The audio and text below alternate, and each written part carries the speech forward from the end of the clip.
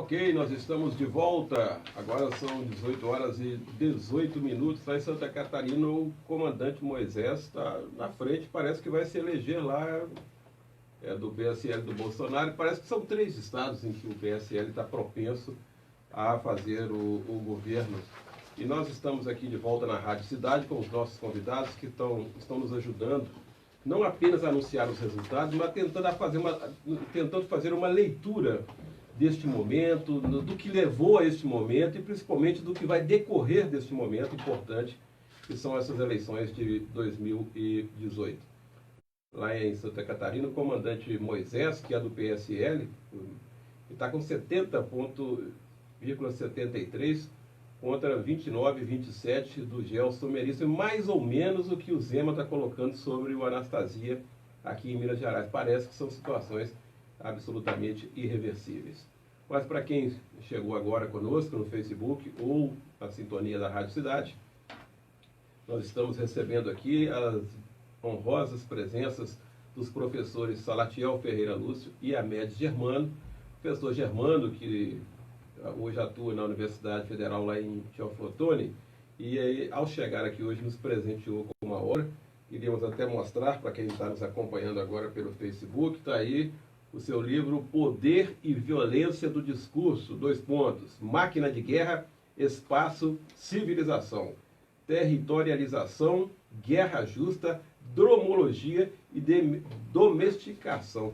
Dromologia é a primeira vez que eu ouço e que eu vejo esse termo, e queria que você resumisse para a gente o que você trata no livro. É um livro, obviamente, acadêmico, né? Um livro de pesquisa, não é um livro popular, mas o que trata aí? Primeiro, o que é dromologia para o nosso ouvinte e o que é que você aborda nessa obra, Amédes? Bem, a questão do discurso do Estado, da violência do discurso, é porque todo Estado ele carrega em si um discurso violento, mas ele não traz a violência em si, ele traz a metáfora. Mas o Estado ele é violento em si, ele tem a força armada. Então, quando você analisa a história de todos os Estados, você pode começar da China, de 10 mil anos atrás, até chegar à modernidade, todos os Estados são uma imposição de força. Quer pela espada, quer pelas armas, quer pelo voto. Quando você chega no Estado democrático, você tem a urna, mas em compensação você tem a força armada. A retórica é a palavra sempre o argumento da retórica, mas que no final das contas mesmo a retaguarda é a força armada. A força de coerção do Estado é muito poderosa. Então, por isso ele é violento. Por que a máquina de guerra? Porque no último recurso da permanência, da sobrevivência do Estado, ele vai sempre recorrer à máquina de guerra. Por máquina de guerra você pode entender desde os recursos de todos os armamentos possíveis das Forças Armadas ou de forças recrutadas pelo Estado, direto ou indiretamente. Exemplo disso são as grandes revoluções que ocorreram na França, na Rússia, na China, em Cuba, na Venezuela, na Inglaterra. Quer dizer, se você não tem apenas o Estado como força, você recorre à sociedade como força. Então, ele vai para a máquina de guerra. Por que isso? Por causa do espaço.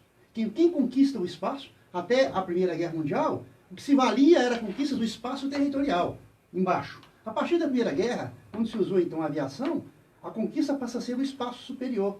Então não é mais terra, agora é espaço superior. Quando nós vamos para a Segunda Guerra, é quem dominar a atmosfera. Por isso nós usamos aquele conceito de a Guerra Fria. O que era a Guerra Fria? Era uma guerra aqui embaixo? Não, era uma guerra de satélite lá em cima. A desculpa era que era o homem para levar o homem à Lua. Não era para levar o homem à Lua. Era para você desenvolver equipamento bélico, desenvolver forma de observação e de controle da sociedade aqui embaixo. Então, aí está a máquina de guerra, o espaço de civilização. Quando você analisa aqui a territorialização, quando você domina, a primeira coisa que você faz é buscar o espaço. Então, vamos pegar lá. A Grécia preocupava muito com a água, mas Roma preocupava com a terra. De Roma até os dias modernos, você tem agora o domínio da terra e o domínio da água. Então, quem puder mapear a terra e mapear as águas, ele domina o espaço. E eu venho, então, para a dromologia, que é a velocidade. Então, hoje você acrescenta tudo isso à velocidade do meio de comunicação, que faz com que os grandes exércitos poderosos de hoje não estão preocupados mais em soltar milhares de soldados com fuzis na mão. Eles apenas apertam um único botãozinho e faz a dissuasão. Então, o outro conceito que nós temos que discutir aí é a dissuasão nuclear. Então, eu não tenho dissuasão via fuzil, eu tenho dissuasão via produto bélico.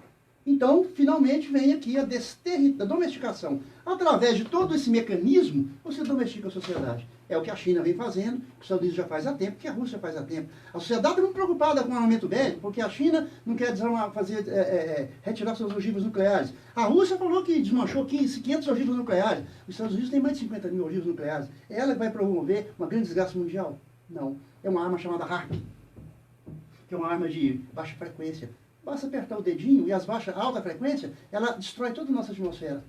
A China tem, a Rússia tem, os Estados Unidos tem, não precisa mais de armamento. Então, é isso que eu estou tratando do Estado. A violência que o Estado se impõe é pelo discurso, é pelo dito em si. Eu vou fazer apenas uma mera lembrança aqui, uma pequena lembrança do Padre Vieira, que escreveu isso lá no século XVIII. O discurso de quem viu são discursos. Os discursos de quem não viu são profecias. E o não é um chicote, uma chicotada dada com a língua, dizia o próprio Padre Vieira. Isso. Não é um livrinho para relaxar, não, Salatiel. É para quem quiser fazer um exercício mental pesado. Mas está aqui a obra do professor Amédio Germano pelas novas edições acadêmicas. É da universidade? Não, da Alemanha. Essa edição? Estado da Alemanha. Estado da Alemanha. Da Alemanha. É isso. Para quem se interessar, obviamente, entrar em contato e o professor Germano tem o seu endereço na internet? Sim. Pode aparecer? Pode. Qual? Pode utilizar Germano, né? Entra no Face diretamente. Amédio Germano. Pronto, já entra no meu Face. Amédio, para quem não sabe, o professor Amédio Germano é oriundo aqui da nossa querida vizinha cidade de Santa Rita, mas é um caratinguense, porque Santa Rita... Você é Santa Rita? Na verdade, eu nasci no Córrego do Rio Preto, lá no Córrego da Igrejinha, que na época pertencia a Caratinga, que Santa Rita era distrito. Era Santa Rita. Mas, na verdade, eu sou caratinguense. Caratinguense. Porque a parte, quando emancipou Santa Rita, o Rio Preto, onde eu nasci, continuou pertencendo a Caratinga. Tá certo. Bem, continuando então o nosso trabalho aqui, nós vamos aguardar, daqui a pouco começam, que imaginamos, estima-se que por volta de 7 da noite já começam a sair os resultados para esta eleição presidencial. Uma eleição que, como nós vimos, colocou, né, a direita e a esquerda de uma forma muito clara, de uma forma muito nítida. Colocou a direita e a esquerda frente a frente.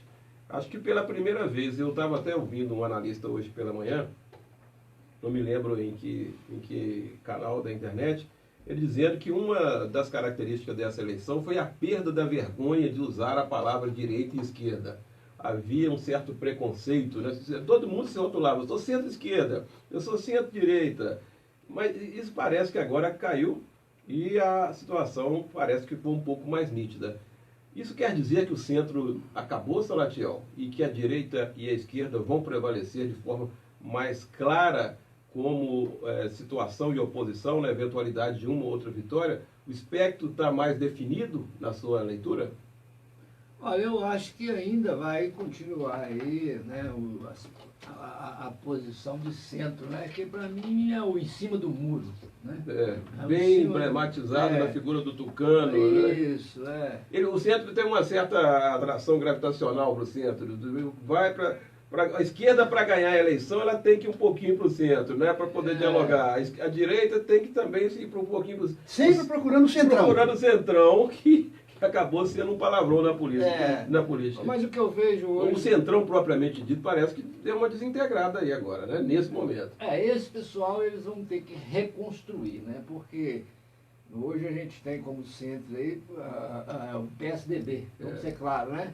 E o PSDB foi detonado nessas eleições, né? O Alckmin não conseguiu nada. O MDB sobreviveu?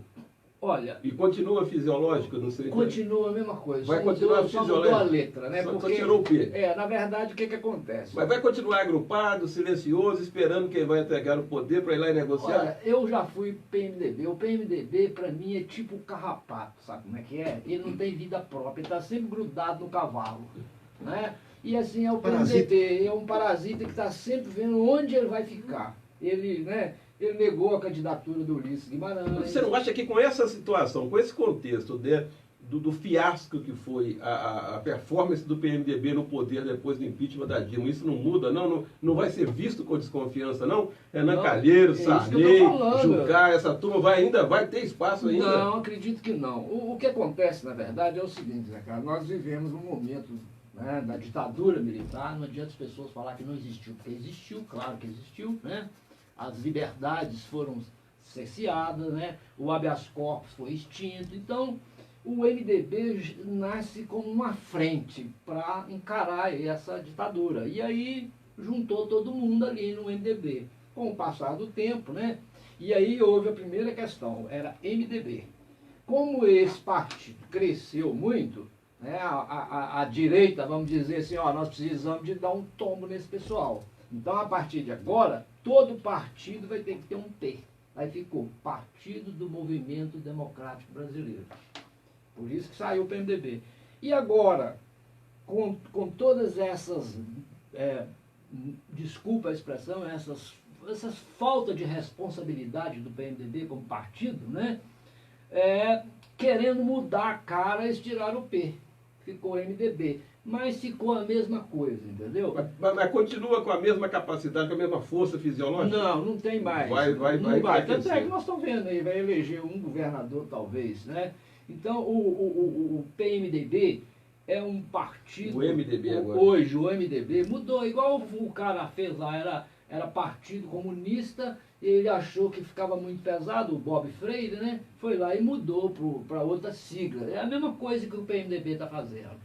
Quer enganar as pessoas achando que uma mudança de letra vai mudar o pensamento do partido. Mas eu acho que, né, a vida, de um modo geral, ela é feita de pares de opostos, né? Você tem o preto e o branco, você tem a margem direita, a margem esquerda do Rio, e isso é que dá movimento. Da mesma forma, nós vamos continuar tendo esquerda e direita. E o Rio no meio. Isso. Agora, nós precisamos de ver o seguinte, você nunca fala as direitas, você fala a direita, mas você fala as esquerdas. E as esquerdas é preciso de entender o que elas querem, para não fazer isso que fizemos agora, entendeu? Porque, na verdade, foi um quebra-cabeça entre a esquerda para chegar no Haddad. As esquerdas produziram o Bolsonaro, Germano? Não, de uma dúvida. O Bolsonaro não existe por si próprio? Não. Ele existe por Ele foi feito porque a esquerda esquerda fez isso. O PT fez isso. O PT com o PMDB, com o PC, com o PCdoB, toda a esquerda em si fabricaram o Bolsonaro. O Bolsonaro não existe por si. Ele simplesmente ele estava ali. Mérito dele foi o Há anos que ele está lá em Brasília e de repente o que ele percebeu? Que o povo brasileiro não estava aguentando aquilo mais. Ele captou aquela mensagem. Ele percebeu que o povo brasileiro não quer aquela continuidade e simplesmente se lançou. A partir do momento em que ele chega em um aeroporto, pela primeira vez na vida, e ele é recebido com aplausos, ele percebeu que ele era o homem do momento. Então ele é o cara que pegou, uma expressão que nós usamos na história, ele pegou a carroça da história no momento exato e pegou a carona exata. Mas isso não impediu que você, professor, e optasse e deixasse patente a sua opção pela candidatura dele. Por quê? Bem, todos nós temos uma opção, né? Quer queira, quer não, há momentos em que você chega dentro da urna e fala assim, olha, nenhum desses candidatos serve a mim. Então, se você perguntar para o Germano, qual é o melhor candidato para você?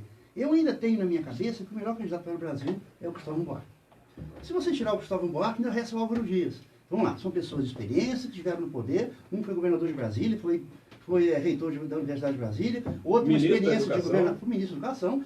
Começou um excelente trabalho no governo do Lula, e olha que eu não gosto da esquerda, mas fez um trabalho maravilhoso no Ministério da Educação, e de repente ele foi alijado, por quê? E daí ele não interessava aos interesses do partido. Demitido por telefone. Demitido, exatamente, por telefone. O Álvaro Dias, que foi governador, foi senador, o Álvaro Dias é um cara que também tem experiência. Onde eles estão? Nesse atual momento, onde eles estão? Então, o que está sobrando? A sociedade brasileira, ela votou o Bolsonaro porque ela era contra o que está aí há 13 anos. Olha a situação do país, a quebradeira que o país está nela. Eu não estou culpando o PT só não. Porque se você olhar a situação do país, não foi só o PT que quebrou o país. Você tem uma história de roubalheira e que começa no dia que colocaram os pés aqui dentro, em 1500. Já chegaram aqui expulsando os carioca. Tomaram tudo. As pessoas que vieram para cá vieram para enriquecer no país. Então, a nossa história, ela é triste. Porque ela traz de um povo que chega aqui ao Brasil, chega para se enriquecer e levar o dinheiro para fora. E isso não mudou até hoje. Então nós não quebramos isso, que é totalmente diferente do que acontece no Estado americano. Que ele chega porque ele não pode voltar mais à terra dele, que acontece com a Austrália. Ele vai porque não pode retornar mais. O daqui não. Ele vem para enriquecer e voltar. Nós carregamos isso. O Bolsonaro é uma opção circunstancial. É uma opção circunstancial. Sua agora, mas amanhã. Mas eu sou crítico, continuo sendo crítico, como sempre fui crítico. Como sempre critiquei Sarney, como critiquei o presidente, que eu, vamos dizer assim, não é questão de gostar, porque aí governo eu sou contra. Eu sempre levei isso muito a sério, né? Mas eu acho que o melhor governo que nós tivemos, ou o menos pior, né? Em governo a gente tem que pensar sempre assim. Eu estava franco. teve muito pouco tempo, não foi eleito, na verdade ele estava substituindo o Collor, e ele fez um governo até bastante razoável. Agora, a gente tem que analisar a circunstância em que ele entrou. Nós estávamos discutindo aqui, a Salatiel estava falando aqui sobre, e você também comentando sobre um governo que foi, não diria revolucionário, mas que foi surpresa para Caratinga e para o Dário Gross. A pergunta que eu faço para vocês é, vocês sabem em que período o Dário Gross governou? Qual era a condição que ele recebeu a prefeitura? Não respondam. Eu só vou fazer a mesma pergunta agora. Qualquer um desses dois se ganhar hoje, que seja Haddad ou que seja Bolsonaro, vocês sabem qual é a condição econômica do país nesse determinado momento? Fernando Henrique falou ontem, olha, qualquer um dos dois, o tamanho do problema é o mesmo. É muita dificuldade, é muita dificuldade. O Haddad era o seu candidato, Salatiel? Não. Foi circunstancial também? Sim. Agora, por que eu estou com Haddad? Porque eu tenho muito medo da violência. Muito medo. E eu estou, assim, já que o negócio agora é rezar, eu estou rezando para que a gente possa votar futuramente. Até o Haddad rezou. Até o Bolsonaro enjoelhou, batizou, entendeu? Isso virou uma bagunça. O Haddad comungou. Então, assim, eu penso que, minha proposta, meu pensamento... se não era o Haddad, qual seria a sua escolha? Ciro Gomes. Ciro Gomes. Zé Carlos, o Ciro não está no segundo turno porque o PT não deixou? Ou não. O PT não vai ganhar a eleição porque o Ciro não deixou? Bobo. Ele foi burro. Burro. Em que sentido? Que sentido? Todo mundo já sabia, né, que o Lula não podia ser candidato. Né, e tudo foi programado para ele não ser candidato, porque se ele fosse candidato, ele era o presidente da República, isso não tem dúvida. Então, o Ciro pecou no momento em que foi convidado para ser vice. Se ele tivesse aceitado, ele era o candidato hoje. E essa picuinha do Ciro... O Ciro seria o vice do Lula. Do Lula, sim. Na pretensa candidatura do Lula. Ele nessa picuinha, e isso que vai derrubar o Ciro, eu penso que a postura que ele está tomando hoje, ele vai ser uma nova Marina. Entendeu? Você falou aí do Cristóvão Buarque. Por que ele está nessa condição hoje? Porque ele não soube ser político. Ele foi igual o Ciro Gomes. Né? Também o Álvaro Dias. O Álvaro Dias ficou lá o tempo todo defendendo o Temer. Aí depois foi ser candidato, viu o tombo que ele tomou. Então, Zé Carlos, eu escolhi e votei porque eu tenho muito medo do sujeito que vai lá e fala o seguinte: vamos metralhar esses PT, entendeu? Porque eu tive 4 filhos e a última eu dei uma vacilada. Isso foi claro, ele gravou, eu ouvi. Isso não é só falastrice, não, mas olha só. É um sentimento, você acha que é um sentimento? Eu acho que sim, porque as pessoas têm que respeitar as outras, entendeu? Eu não posso falar que eu fui visitar um lugar lá, um quilombola, tem cara lá que pesa 7 arrobas, não serve nem para procriar. Pô, isso é desrespeito com as pessoas. Então é por isso que não tem o meu voto. Porque eu acho, assim, eu acho que ele não vai ter condição de governar esse país. A não ser que ele faça uma reflexão profunda, né? A começar, ele está levando um ministro para lá, que é o Paulo Guedes, que todo mundo conhece o que o Paulo Guedes quer. Quer vender o Brasil. Você acha que é tanto, Germano? É para tanto? É possível burilar o Bolsonaro? Impossível responder. A não questão dá, que o senhor está colocando aqui é uma questão que eu dou o nome a ela, não foi que inventei, governabilidade. Qual deles, de qualquer desses candidatos que passaram, não estou falando desses dois, de todos que candidataram, qual deles, se caso tivesse ganho, teria condições de governar?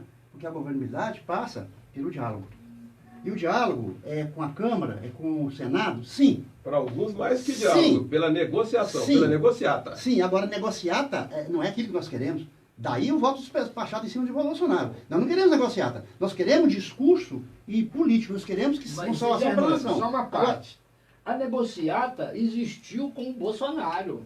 Aí que tá. Ele não está lá. Quem está apoiando ele, os seus apoiadores, todos participaram da negociata do impeachment. Mas ele ainda não chegou ao poder. A negociata foi lá atrás. A pergunta é, o Bolsonaro vai se curvar a negociata ou ele vai conseguir apenas...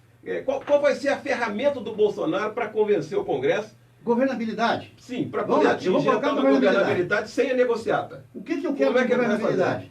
O que eu chamo de governabilidade? Que é essa capacidade de você articular junto ao legislativo. à Câmara e ao Senado. Isso chama-se governabilidade. E claro que não podemos esquecer também do judiciário, né? Que anda legislando demais. Então, essa capacidade de você fazer a governabilidade, ela passa por uma questão muito simples. Orçamento. Como é que está a situação do país hoje em termos orçamentários? 137 bi de déficit. Débito, vamos lá. De déficit. Vou dar só apenas uma dica aqui para vocês. Gisele Xavier, que está nos ouvindo aí, um abraço, Gisele. Nós temos hoje, em 2018, no país, nós temos hoje locais onde você consegue fazer as suas exportações, portos, aeroportos e zonas de processamento e exportação, as EPS, né, as zonas francas da vida. Nós estamos hoje com 119 pontos de exportação. Já tivemos 160.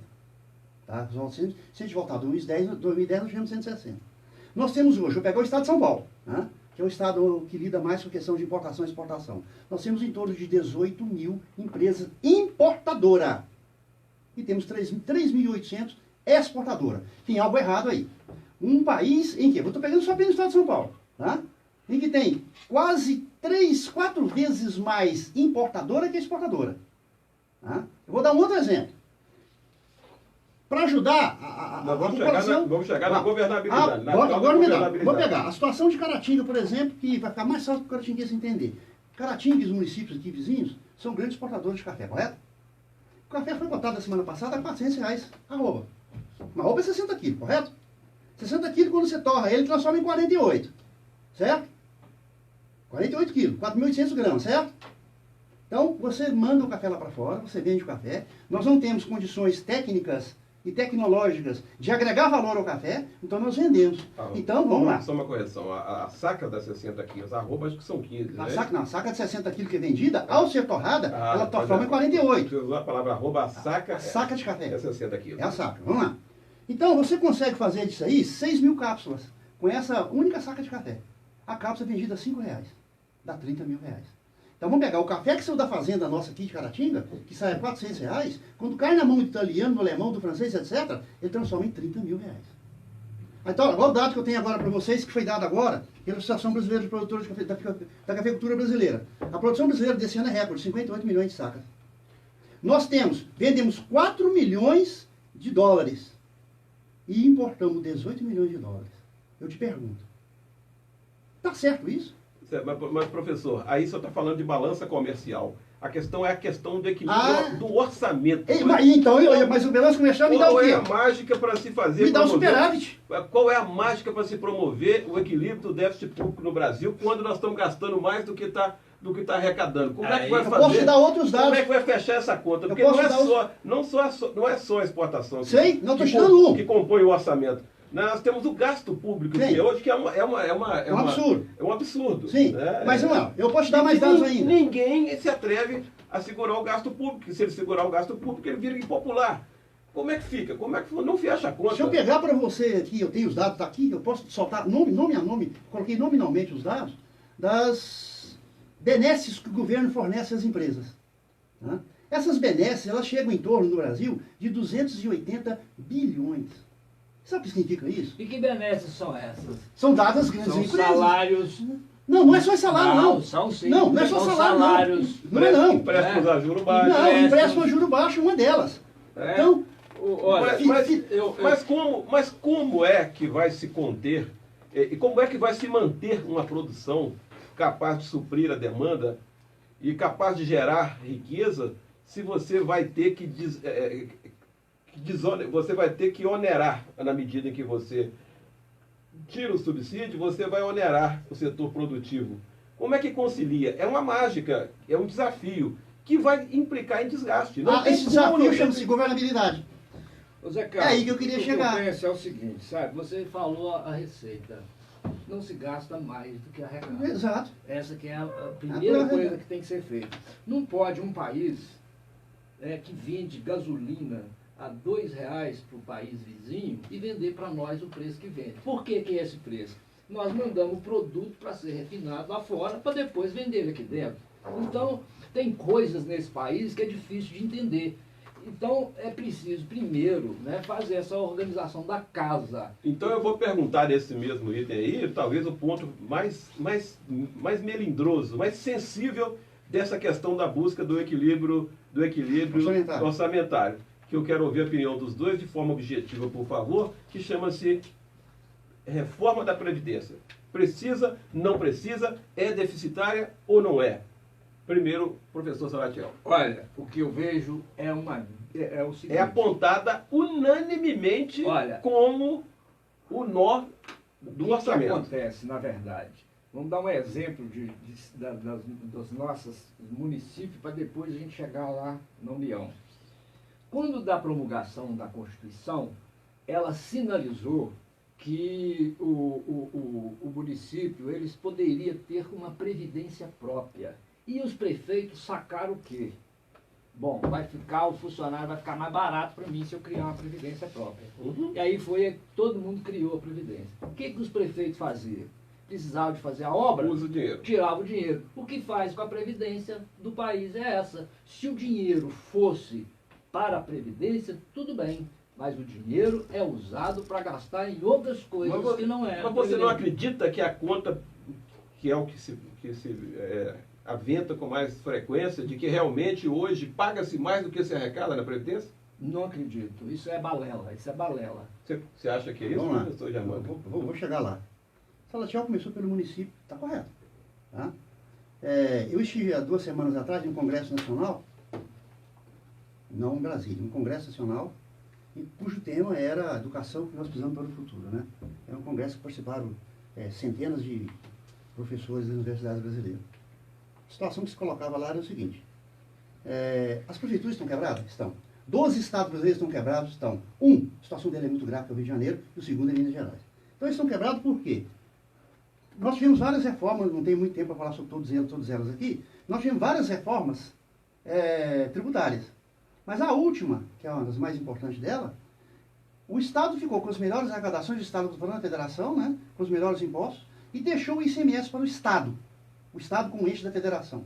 E esse ICMS ele varia de Estado para Estado. Né? O de Minas Gerais é o maior de todos eles, a Zona Franca de Manaus é 0. Sim. Então, nós criamos uma guerra chamada guerra fiscal, que é uma briga fiscal, porque os produtos, ao passar de um estado para outro, você tem que pagar impostos, o que faz com que um produto chegue muito caro à sua cozinha.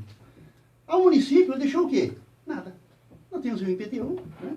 Um ISS, mas mesmo assim, aos poucos, o governo foi cortando, né? Então, tirou combustível, tirou várias coisas e deixou o prefeito na mão. Quando veio a Constituição de 88, eu e Salatiel, nós trabalhávamos na prefeitura, na mesma secretaria, e eu lembro que eu fui enviado para São Paulo para fazer um curso, porque a Constituição dizia que as prefeituras tinham que ter um regime único, né? Salatiel lembra que nós tínhamos aqui 5 regimes dentro da prefeitura. E quando eu voltei, que era no governo do Dr. Eduardo, quando eu retornei, eu deixei muito claro que deveria ser seletista. Porque o curso com quem eu fiz em São Paulo deixou muito claro que não poderia ter vários regimes. Então, tinha que ser um. Eu achava que naquele momento, Meirelles, fiz com Meirelles, né? O famoso Meirelles, né? Teria que ser seletista. Então, cada prefeitura descobriu que poderia ter o seu próprio sistema. Então, nós temos que 8.570 municípios, cada um tem o seu modelo. Só que não tem como gerir, Salatiel disse a palavra mágica. Então, o que é retirado do funcionário, ele é depositado em nome do funcionário, a maioria não deposita. Então, o cara quando aposenta ou tem algum problema, a prefeitura não tem como solucionar. Aí criaram uma segunda solução, que é os consórcios intermunicipais. A mesma coisa aconteceu com o Estado, o eixo da federação, e aconteceu com a federação. Então, quando a prefeitura retira o dinheiro, que na verdade é para a previdência do funcionário, quando o Estado retira, o Estado de Minas Gerais está quebrado, que é da previdência do funcionário, o IPSENG, o governo retira, no caso, de modo geral no Brasil, 30% da arrecadação do nosso sistema previdenciário vai para pagamento da dívida externa. Aquela conta não vai fechar nunca.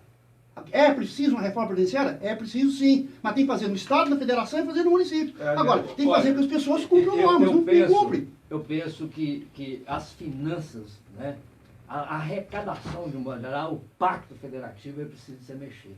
Ele falou agora nos impostos. O município tem 3 impostos: IPTU, ITABI e o ISSQN. O IPTU, o que é? Ele tem um repasse do...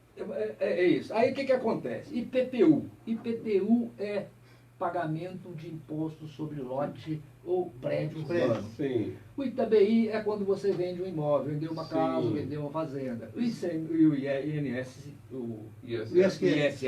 né, o imposto sobre serviço, é sobre o autônomo, né, o a lavadeira, o médico. Os três juntos não devem Prestação de dar. serviço. Então, Os vamos três lá. juntos não dá Vamos- 10%. Vamos fazer uma análise. Não vai dar 10%. Vamos fazer uma análise. O IPTU e o ITBI sobre imóveis. Sim. Então, a maioria dos nossos municípios são agrícolas. Então, você vai ver que você não vai ter muita casa, você não vai ter muito imóvel. Então, danou-se porque não tem dinheiro. E com outra, São subvalorizados É, também, e- porque e- os e o valores maior venais problema- não correspondem à realidade. o né? maior problema, o IPTU, ele já foi 10% da receita. Hoje ele não é 0, qualquer coisa. Os três juntos Por aí é quê? capaz de não chegar a 10, né? Por quê? Porque os prefeitos esperam sempre as transferências governamentais. Exatamente. O Fundo de famoso participação. fundo de participação. participação. né? Aí você chega no Estado, ICMS, IPVA, que é partilhado com o município, 50%. e o ITCMD, que é o Imposto de Causa Mortes e Doação. O cara morreu, vai transferir, né, para os herdeiros, paga o imposto. Então, o maior deles é o ICMS, que até hoje não conseguiu organizar. Por quê? Minas Gerais, 18%. Espírito Santo, 12%. Aí tem uma guerra fiscal. Como também tem a guerra fiscal no ISSQN. E o que ficou para a União? 7%. IPI, o IPI, o IOF, Imposto de importação, imposto de exportação. e imposto de importação e de exportação. IOF. Eu já falei operação, imposto sobre operação Operação fiscal. financeira, né? E tem um que eles nem criaram ainda, que é o problema que tem, que é o imposto sobre grandes fortunas. Está previsto na Constituição. Está lá na Mas não tiveram Constituição, coragem de porque a votar. Constituição ela reparte esses tributos. Agora, cabe o ente federativo que recebeu instituir. E a União não instituiu até hoje. Por quê? Porque existe uma discussão de que se criar o imposto sobre grandes fortunas, vai espantar o investidor. Que para mim é uma grande mentira. Tem uma grande balela. Ao invés de você ir lá e cobrar, porque no tributo tem um princípio, que é o princípio da capacidade contributiva. Paga quem pode. Quem não pode, não paga. No Brasil não é isso. Então, ao invés de ficar aumentando a alíquota todo dia, por que não institui o imposto sobre grandes fortunas? Então, o Brasil, a gente não entende realmente o que esses governantes passam na cabeça deles. Porque já passou da hora. Por exemplo, o município tinha um imposto que era o imposto sobre o combustível. Com uma canetada eles tiraram. Então a gente vê, né, que o município, na verdade, ele não tem uma representação política no Congresso. Então fazem do município o que quer. E aí tudo passa pelo município. Se você não fortalece o município, você não tem um Estado forte. Né? Mas a concentração na União, você não acha que ela é hoje nociva? Muito Sempre nociva, foi. essa Sempre coisa? foi nocivo. Sim, mas, portanto, isso não remete a uma necessidade de quem está na gestão da União Fazer a reforma. fazer de uma forma em que vai haver necessariamente a necessidade de efetuar cortes para promover o equilíbrio orçamentário. Zé Carlos. Isso vai ser desgastante. Isso requer o que você falou que é a governabilidade, Negociação, requer Congresso. o diálogo, requer o Congresso. Olha, acho que nós chegamos agora ao seguinte, naquilo que eu acho que é o maior perigo, historicamente, é o maior perigo do pensamento do eleitor brasileiro, da sociedade brasileira como um todo. Nós temos uma vocação para apostar no salvador da pátria. Isso. E com isso nós fazemos oscilações, Isso. nós fazemos oscilações no espectro ideológico, partidário, com uma facilidade extraordinária. Estava ouvindo outro dia numa conversa e a pergunta era, o povo brasileiro é mais de direita ou mais de esquerda?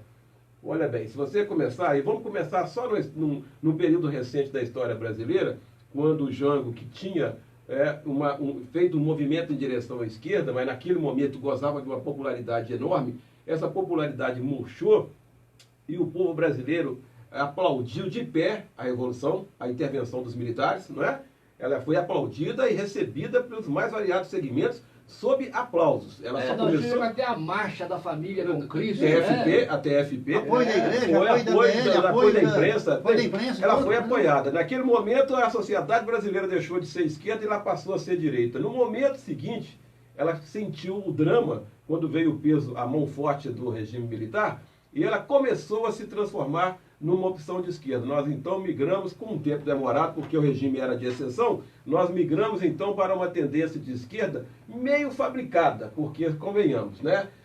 Tancredo, vá lá, mas cá para nós, Sarney, Antônio Carlos Magalhães, essa turma toda, foi quem comandou realmente a reintrodução da liberdade democrática no Brasil, verdade, através do Sarney, do Antônio Carlos Magalhães, aconteceu? e etc. e tal. Depois, só fazendo um rápido parênteses aqui, Salatiel, vou devolver para você. Nós descobrimos que essa redemocratização, que essa liberdade, nos custou o preço da corrupção, da desgovernabilidade, e nós tivemos, então, o Sarney saiu tomando picaretada, literalmente, porque deram uma picaretada na porta do ônibus quando ele estava saindo do palácio. Deram uma picaretada, fincaram uma picareta lá. E ele sofreu, entre aspas, esse atentado. Sarney saiu com uma reprovação estratosférica. E veio, então, um outro salvador da pátria, que era o Collor, e nós, então, guinamos para a direita. De repente, os nossos salvadores... Tentou salvar o mundo com um tiro, com uma única bala. Uma única bala. Estava a opção do brasileiro na direita.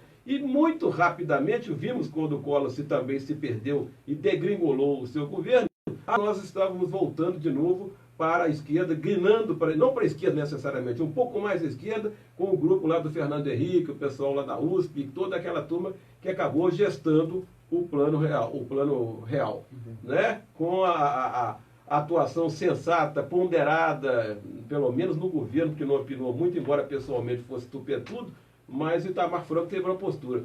Então nós tivemos a presença lá do Fernando Henrique e, de repente, nós vimos que, no final, o Fernando Henrique sai com uma desaprovação, sai também vaiado, e nós guinamos entendendo que o Lula era a salvação estava na esquerda, né?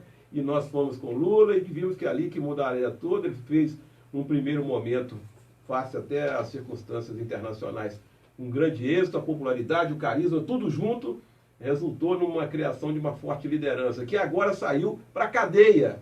E nós guinamos de novo para a direita na possibilidade da eleição do Bolsonaro. Então, é esquerda, direita, porque nós queremos um salvador da pátria. Mas esse salvador da pátria, qualquer que seja ele, vai ter que passar por um processo racional de equilibrar as contas. Sem esse equilíbrio das contas, não vai ter salvação. Eu acho o seguinte, não tem mágica. Eu acho que do mesmo jeito que tem nas escolas aula de religião, tem que ter aula política.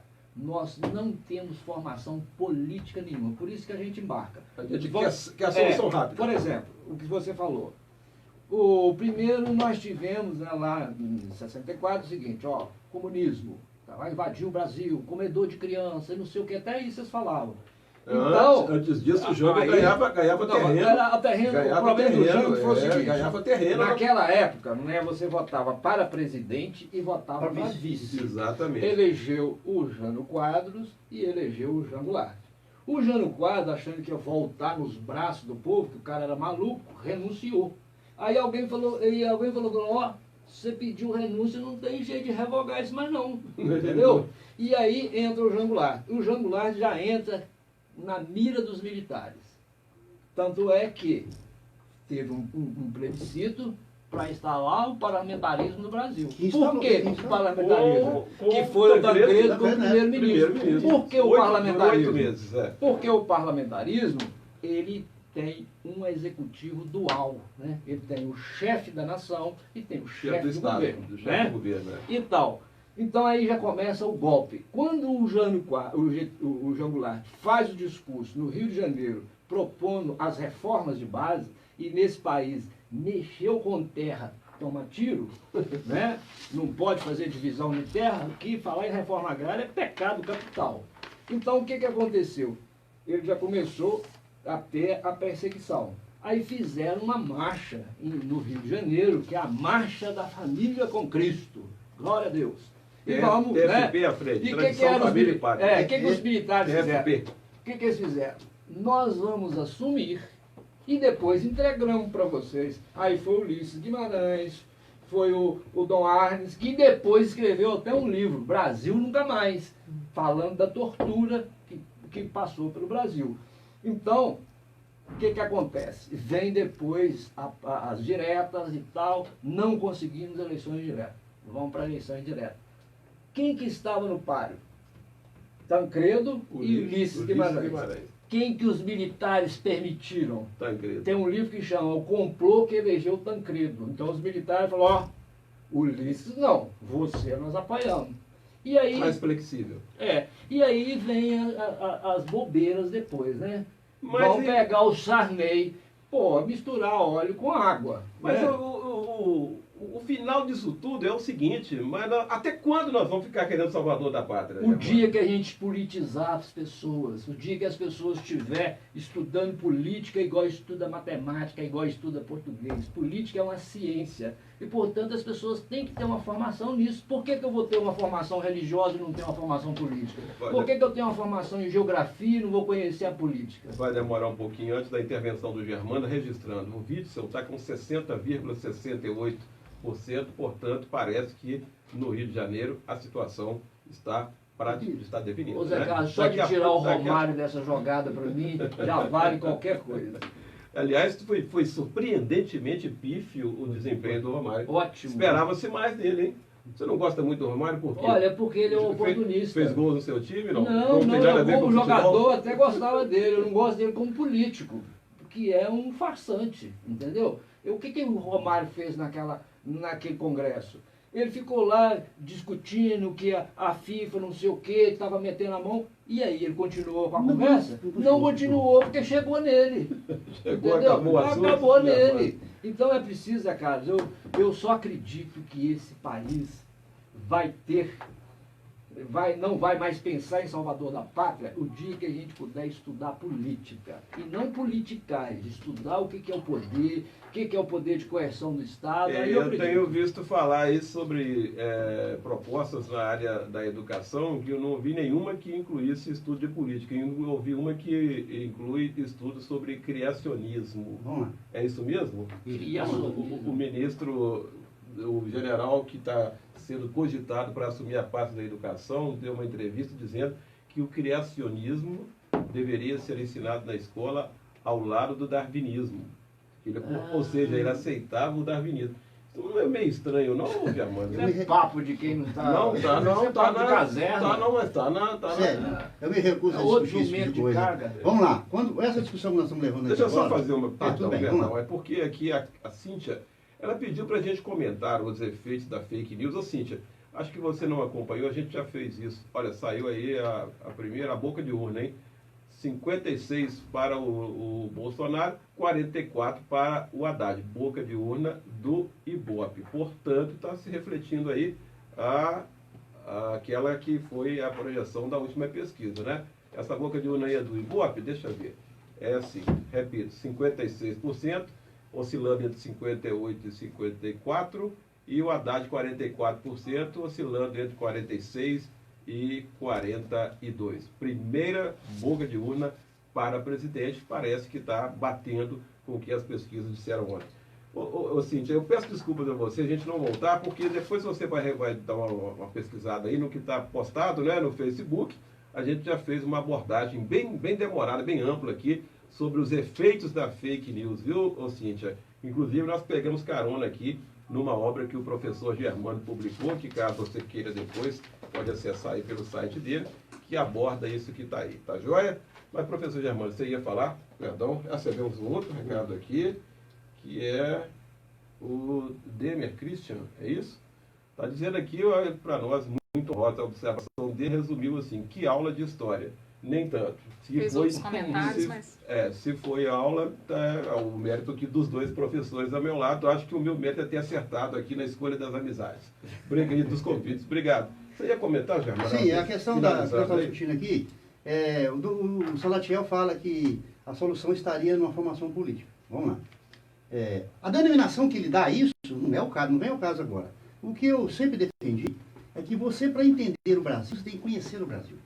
E você não tem como conhecer o Brasil se você não consegue distinguir... Vou fazer uma nova interrupção. É porque nós temos 88,44% das urnas apuradas, tá?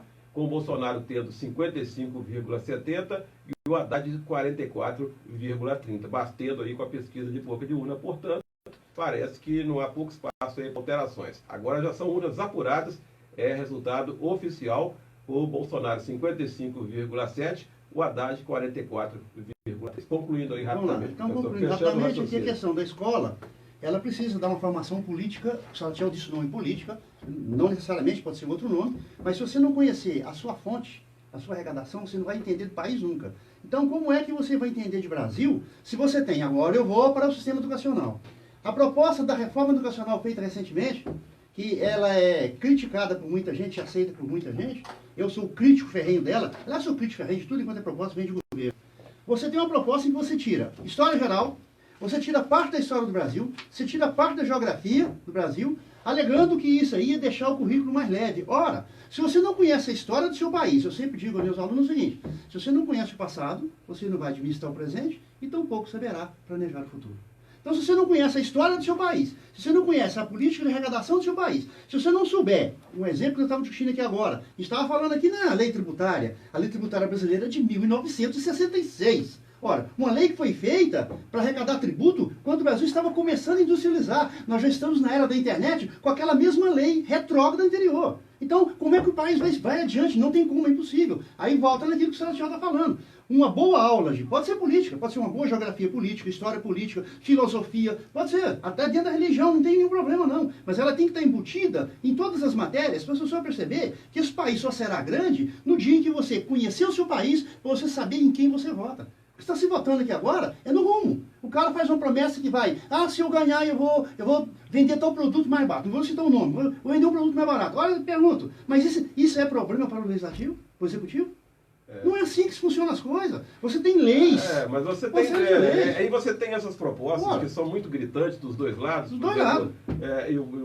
O Haddad recorreu a isso, eu vou nominar, você mencionou, é a questão do botijão de gás, vou baixar para 49, mas tem também o outro lado, Bolsonaro dizendo que vai metralhar, que vai resolver o problema da violência. Eu acho que esses apelos, e esta foi uma campanha, foi outra marca dessa campanha, em que as proposituras não tiveram nenhum embasamento, nenhuma preocupação com o embasamento de propositura, né? Foi muito primeiro na base da agressividade mútua, né? E o campo das propostas ficou muito raso, o terreno ficou raso, não houve aprofundamento, não houve uma busca de aprofundamento, e essas coisas ficaram assim. Quando se cobrou um pouco mais de propostas, as propostas vieram nesse nível aí. Vamos matar, vamos fazer, vamos vender mais barato, vamos aumentar a Bolsa Família em tanto, vamos fazer isso. Coisas que realmente não vêm à luz como uma solução definitiva do que está acontecendo. Agora eu vou fazer uma pergunta para os dois aqui, e nós vamos para um intervalo, que é sobre qual deve ser, ao ver de vocês, a primeira providência do novo presidente, tudo indica, Jair Bolsonaro. No primeiro momento, qual seria, se vocês tivessem que dizer, olha, procura olhar primeiro isso. O general Mourão ontem, ele replicou o James Carville, aquele notório e histórico assessor do Clinton, né, que numa reunião falou, gente, é economia, idiota, para com isso, o negócio é economia. O Mourão ontem, numa entrevista, disse que tem que preocupar imediatamente com a retomada da economia, tem que começar a promover uma retomada da economia, etc. e tal. Mas é isso mesmo? Ou é o diálogo político primeiro, ou é a pacificação? Porque nesse estado de conflagração que está aí, está difícil até de se pensar em elaborar um programa de governabilidade. Vou pedir a vocês que me deem 1 minuto, não é isso, Graziela? Nós vamos a um rápido intervalo e voltamos para que os dois nos digam qual deve ser a prioridade das prioridades do presidente eleito.